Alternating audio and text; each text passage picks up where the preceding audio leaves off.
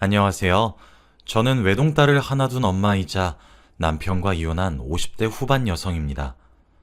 딸아이는 지금 30대 초반이고요. 자식이 있는 부모라면 당연한 생각일지도 모르겠지만 자식이 집에 들어왔을 때 작은 상처 하나라도 생겨서 들어오면 가슴이 철렁 내려앉잖아요.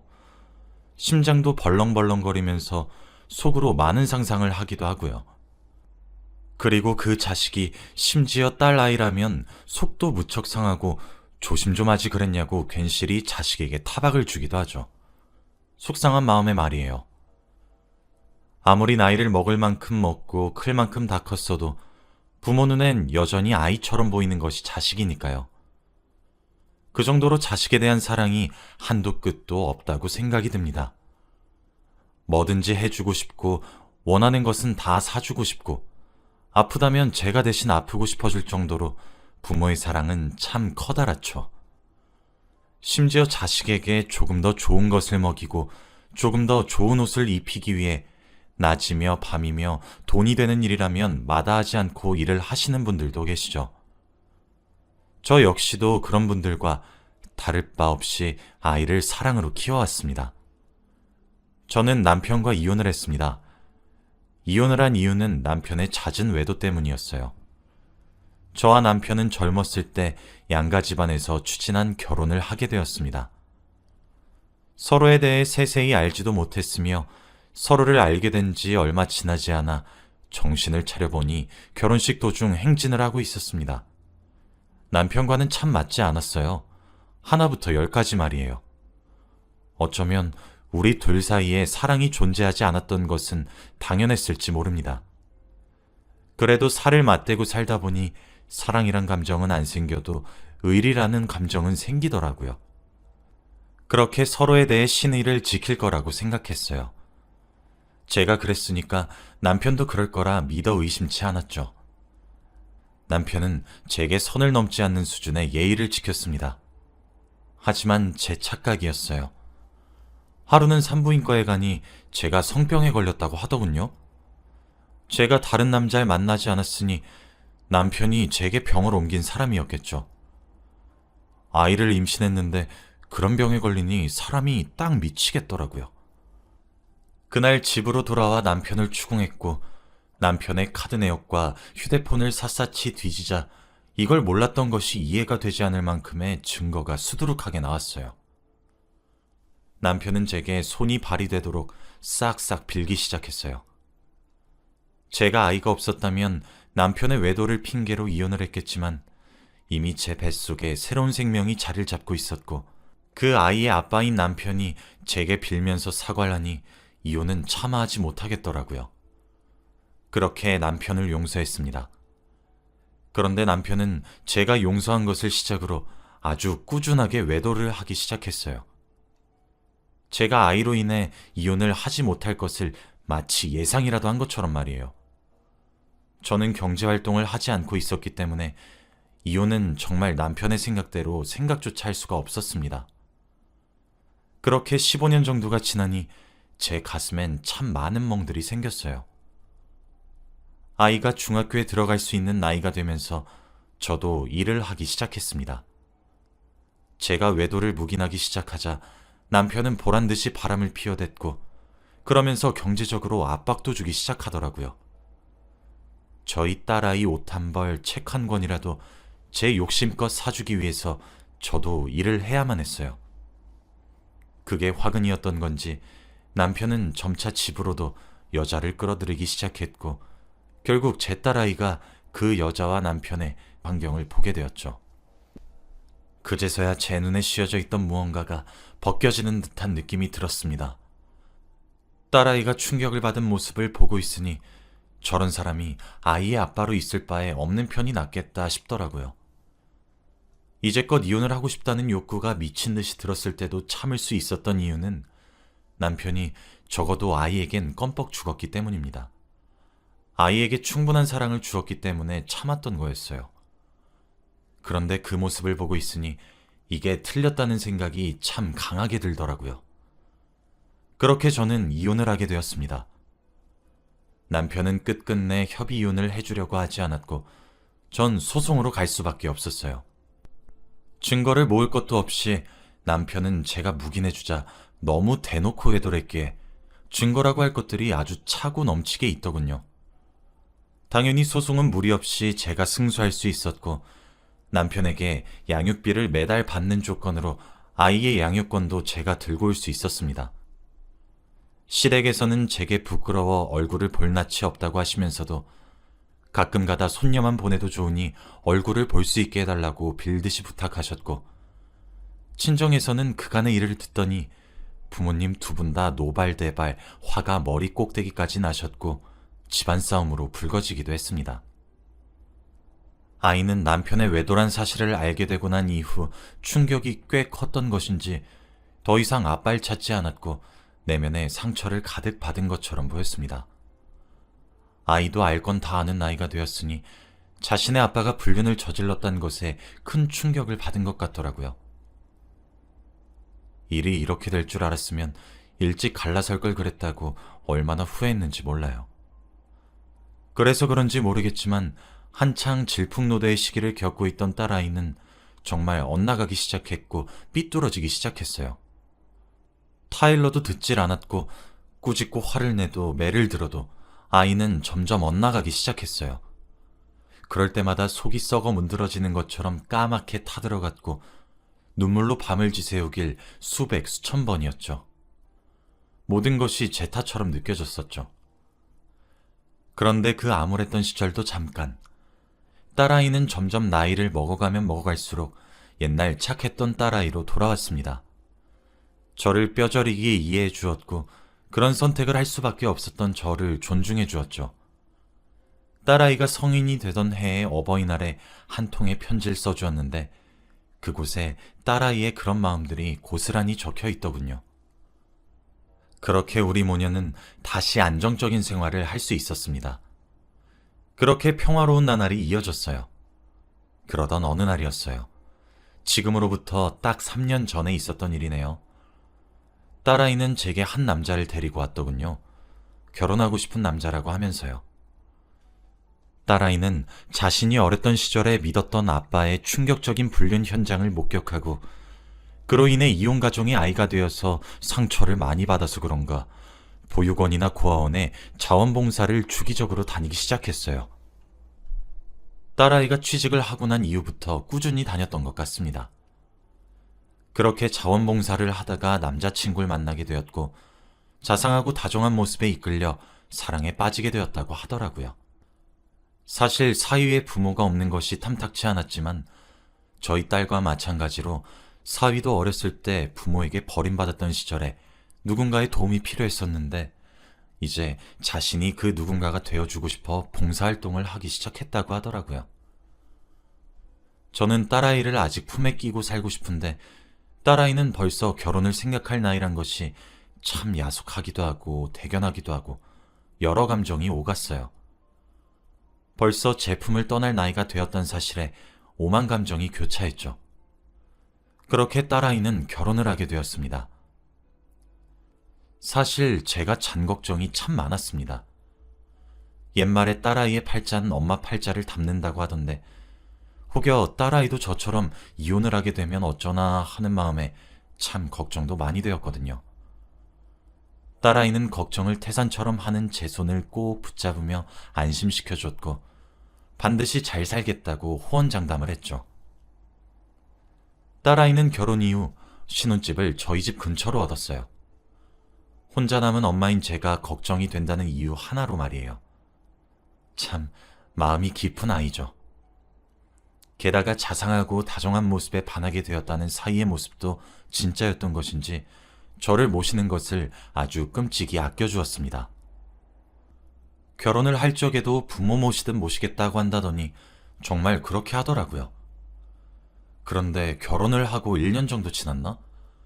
그 시점부터 딸아이에게 자꾸 크고 작은 사고들이 일어나기 시작했어요. 사소하게는 딸아이가 팔에 금이 가거나 다리에 금이 가서 기부스를 하는 것이었고 더 나아가서는 딸아이가 교통사고를 당해 입원을 하기도 했기 때문이에요. 하루가 다르게 딸아이의 몸은 상처만 늘어갔고 그걸 알게 될 때마다 제 심장은 철렁철렁 내려앉았습니다. 그저 오늘은 운이 너무 안 좋은 것 같다고 웃어주기만 하는 딸아이의 모습을 보고 있으니 가슴이 찢어지는 것만 같았어요. 조그마한 상처 하나만 생겨도 가슴이 아픈 게 부모의 마음이니까요. 그런데 그 일련의 사건들에는 정말 끔찍한 사실이 숨겨져 있었습니다. 알고 보니 제 사위가 된 그놈의 짓이었더라고요. 제 딸아이와 결혼을 하고 난 이후 사위는 딸아이의 이름으로 수많은 보험에 가입을 했다고 합니다. 당연히 모든 수익자는 사위의 이름이었어요. 나중에 딸아이에게 이상한 낌새가 없었냐고 물어보았더니 연애 시절에 사위가 몇 번 다쳤을 때 딸아이를 수익자로 했었다고 하더라고요. 그래서 사랑의 증표인 줄 알았다고 합니다. 사랑은 눈에 보이지 않지만 돈은 눈에 보이니까요. 그래서 결혼 이후 당연히 제 딸도 사위가 가져오는 보험가입 계약서에 사인을 했던 것이고 그렇게 가입한 보험만 12개에 다다랐더군요. 처음엔 별거 아니었습니다. 백화점에 사위와 딸이 함께 쇼핑을 하기 위해 갔었는데 북적거리는 틈에 누군가 뒤에서 민 듯한 느낌을 받았고 그대로 팔이 부러졌어요. 그리고 몇 달 뒤 팔이 어느 정도 나아서 기부스를 풀게 되니 다리가 부러졌어요. 그렇게 교통사고까지 당하게 되었죠. 제가 정말 가슴이 아팠던 것은 딸아이는 어느 순간부터 사위의 끔찍한 계획을 알고 있었다는 사실이었어요. 점점 잦아지는 사고의 숫자에 딸아이도 어느 정도 눈치를 챘었다고 하더라고요. 결정적으로 딸아이가 사위의 끔찍한 계획을 알게 된 계기가 있었다고 하더라고요. 그날은 교통사고가 나기 하루 전날이었다고 했어요. 어느 시점 이후부터 사위와 함께 잠들고 나면 다음날 아침에 몸이 물먹은 솜처럼 아주 무거웠다고 합니다. 곰곰이 생각을 해보았더니 그때쯤부터 사위가 딸아이에게 비타민과 영양제를 꾸준히 챙겨줬다고 해요. 딸아이도 설마 아니겠지 하는 심정으로 교통사고가 나기 하루 전날에 비타민과 영양제를 먹는 척하고 몰래 뱉어버렸다고 합니다. 그런데 그날따라 잠이 오질 않았다고 하더군요. 겨우 억지로 눈을 감고 잠을 청해 선잠이 들었던 순간이었어요. 딸아이의 감은 눈으로 무언가 왔다 갔다 했다더군요. 마치 눈앞에 손을 흔들어 자는지 안 자는지 확인을 하듯 말이에요. 딸아이는 선잠인 상태였지만 귀찮기도 했고 너무 피곤해서 계속 미동도 없이 눈을 꼭 감고 잠든 척을 했답니다. 그때 신혼집 거실에서 누군가 비밀번호를 치고 들어왔다고 하더군요. 사위는 콧노래를 흥얼흥얼거리며 그 사람을 마중을 나갔고요. 그리고 딸아이는 모든 진실을 마주쳤죠. 사실 사위는 이미 가정을 가지고 있었던 남자였습니다. 사실혼 관계로 아내가 존재했고 그 둘 사이에 아이도 둘이나 있었던 사람이었어요. 그 가정을 일구기 위해 돈이 필요했고 돈을 쉽게 얻기 위해선 사람 한 명의 사망보험금 정도는 필요했었다고 합니다. 그리고 그 타겟으로 제 딸아이가 정해졌던 거죠. 여보, 나 언제까지 기다려야 돼? 여보, 조금만 기다려줘. 미안해, 내가 너무 기다리게 해서. 그래도 나 당신밖에 없는 거 당신도 알고 있지? 사랑해. 방문 틈새로 이어지는 믿지 못할 이야기와 앞으로의 계획, 그리고 둘만의 은밀한 소리들이 들려왔다고 해요. 딸아이는 당장이라도 나가서 뒤엎고 싶었지만 자신이 몰랐던 진실의 크기가 너무 커 엄두가 나지 않았고 그저 휴대폰으로 녹음만 했다고 합니다. 딸아이는 다음날 자신이 버렸던 알약을 주어 병원에 가져가 이게 무슨 약인지 물었고 그 약은 수면제였던 사실이 밝혀졌어요. 딸아이는 당시를 회상하면서 제게 온몸에 소름이 돋아 너무 겁이 났고 제게로 도망을 쳐야겠다는 생각밖에 들지 않았다고 합니다. 그리고 그 사실을 제게 말하기 위해 저희 집으로 오던 순간 사고가 났습니다. 삼중추돌로 꽤나 크게 사고가 났고 딸아이의 교통사고 충격도 매우 컸었죠. 2번의 큰 수술 끝에 딸아이는 목숨은 겨우 견딜 수 있었지만 눈을 뜨진 않았었죠. 사위가 24시간 딸아이의 곁을 지키고 눈물을 훔치는 것을 보았던 저는 정말 고마우면서 감사한 마음이 들었습니다. 사위가 잠시 자리를 비우고 저와 딸아이만 남았던 병실. 딸아이가 눈을 떴고 제게 무언가 알리려고 하더군요. 당장 간호사와 의사 선생님을 호출했고 그저 살아줘서 고맙다고 눈에서 눈물만 방울방울 떨어졌습니다. 하지만 저는 딸아이의 얘기에 경찰을 불러야만 했습니다. 사위를 살인미수로 고발하기 위해서 말입니다. 딸아이가 알게 된 사실을 제게 처음 말해준 그날 저는 하늘이 무너지는 줄 알았습니다. 딸아이의 이름으로 10개가 넘는 보험에 가입했단 점, 사망특약을 악용하려 했던 점, 자신을 약으로 재운 뒤 신혼집에 그 여자를 불러들여 불륜의 행위를 했던 점 등등 손에 꼽기에도 벅찰 정도의 많은 죄가 밝혀졌습니다. 딸의 사고난 차량에서 블랙박스 속에서 사위의 살인 계획이 녹음되어 있었던 것을 발견할 수 있었습니다. 게다가 사고 또한 인위적으로 낸 사고였고 브레이크의 나사를 누군가 의도적으로 풀어냈다는 소견도 얻을 수 있었죠. 눈치를 채는 것은 조금 어려웠을지 몰라도 하나가 밝혀지니 다른 죄들이 밝혀지는 것은 아주 순식간이었습니다.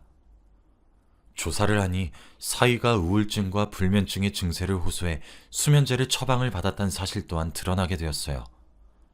그리고 그렇게 끈질긴 수사의 끝으로 사각지대일 거라고만 생각했던 곳에서 사위가 바퀴를 풀고 있는 장면이 찍힌 다른 차량의 블랙박스를 구하게 되었고 그것은 바로 증거로 채택이 되었습니다.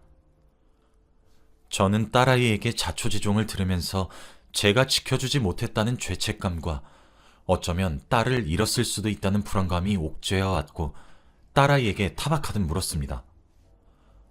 어째서 이미 너는 어느 정도 눈치를 채고 있으면서 내게 말하지 않았니? 내가 엄마한테 말을 하면 엄만 분명 나 이혼시켰을 거 아니야. 그렇게 내가 이혼을 하게 되면 엄만 분명 엄마 팔자 닮아서 내가 그런 거라고만 생각을 하게 될까 싶어서 아무런 말도 할 수가 없었어. 미안해, 엄마. 딸아이의 대답에 저는 억장이 무너지는 듯 했고 괜히 제가 부담을 씌워준 것은 아닌가 하며 많은 생각이 들더군요. 저는 당연히 사위를 고소했습니다.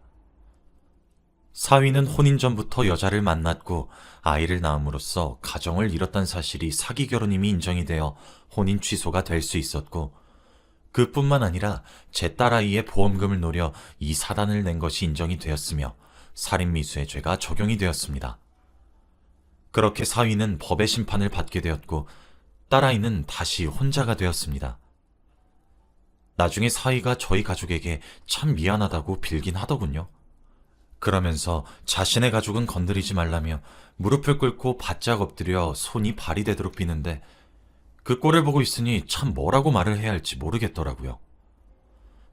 제 딸에게 왜 그랬냐는 질문에 딸아이가 돈도 잘 벌고 제가 자수성가해서 지금은 꽤나 큰 가게를 차렸는데 그것도 딸아이의 명의가 될 거란 생각에 욕심이 났고 계획적으로 접근했다고 털어놓더군요.